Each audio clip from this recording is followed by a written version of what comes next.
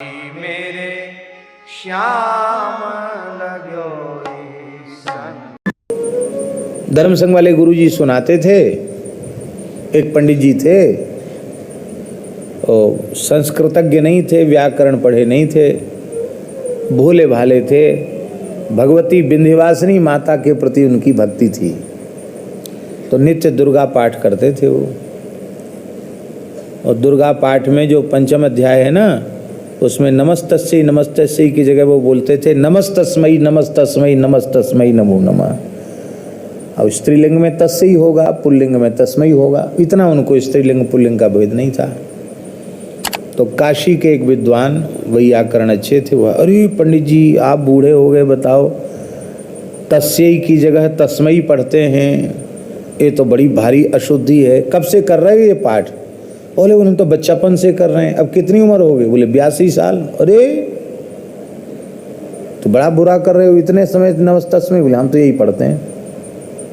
अरे तस्मै नहीं तस्यै। बोले तस्यै तस्मै में क्या अंतर है? बहुत अंतर है, ये पुल्लिंग है स्त्रीलिंग है। तो तुम्हारे आज तक के किए गए सब पाठ व्यर्थ हुए। इतना सुनते ही वो पंडित जी धड़ाम से गिर गए, बेहोश हो गए। उनको इतनी जोर का धक्का लगा कि रे हमारे सारे पाठ व्यर्थ चले गए। तो भगवती से सहन नहीं हुआ, वो प्रकट हो गई, गुरुजी कहते थे।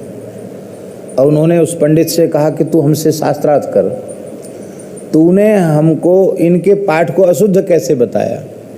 महाराज भगवती आप साक्षात विद्या का स्वरूप हैं, विद्या समस्ता स्तव देवी वेदा।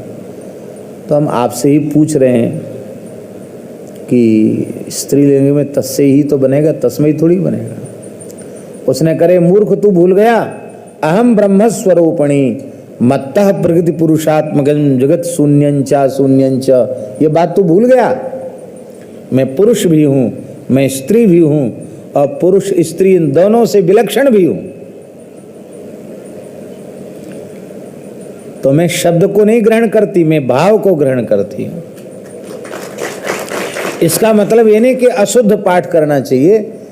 तात्पर्य ये है, शुद्ध पाठ होने पर भी यदि हमारे अंतःकरण का भाव उन्नत नहीं है तो भगवान के दरबार में वह पाठ स्वीकृत नहीं होगा, उतना अधिक स्वीकृत नहीं होगा। भले ही हम कुछ नहीं जानते हैं। श्री चैतन्य महाप्रभु जी के चरित्र में आता है, महाप्रभु जी दक्षिण भारत की यात्रा पर थे, तो उन्होंने देखा कि एक ब्राह्मण गीता का पाठ कर रहा है और रो रहा है, और एकदम अशुद्ध पाठ। और महाप्रभु जी के जैसा महापंडित कौन होगा?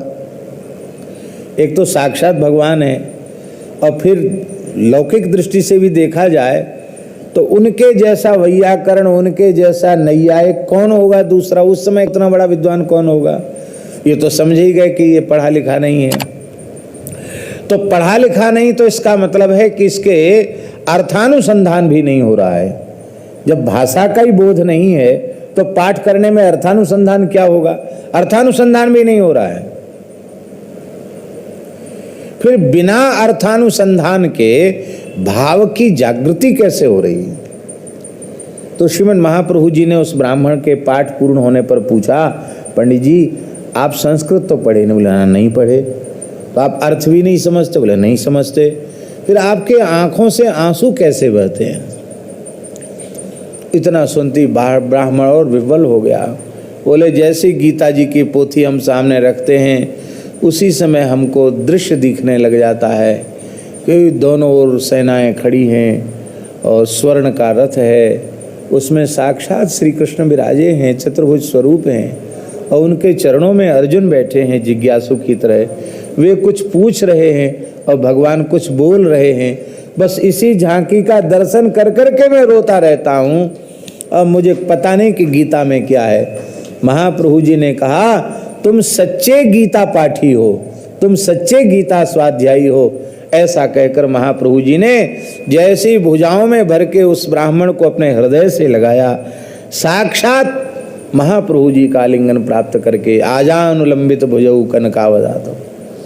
ऐसे आजानुलंबित भुजा वाले श्रीमन महाप्रभु जी का दिव्य आलिंगन प्राप्त होते ही संपूर्ण वेद वेदांग उस ब्राह्मण के भीतर उपस्थित हो गए, परम विद्वान हो गए। भाव की बहुत ऊंची चीज है। मेरे श्याम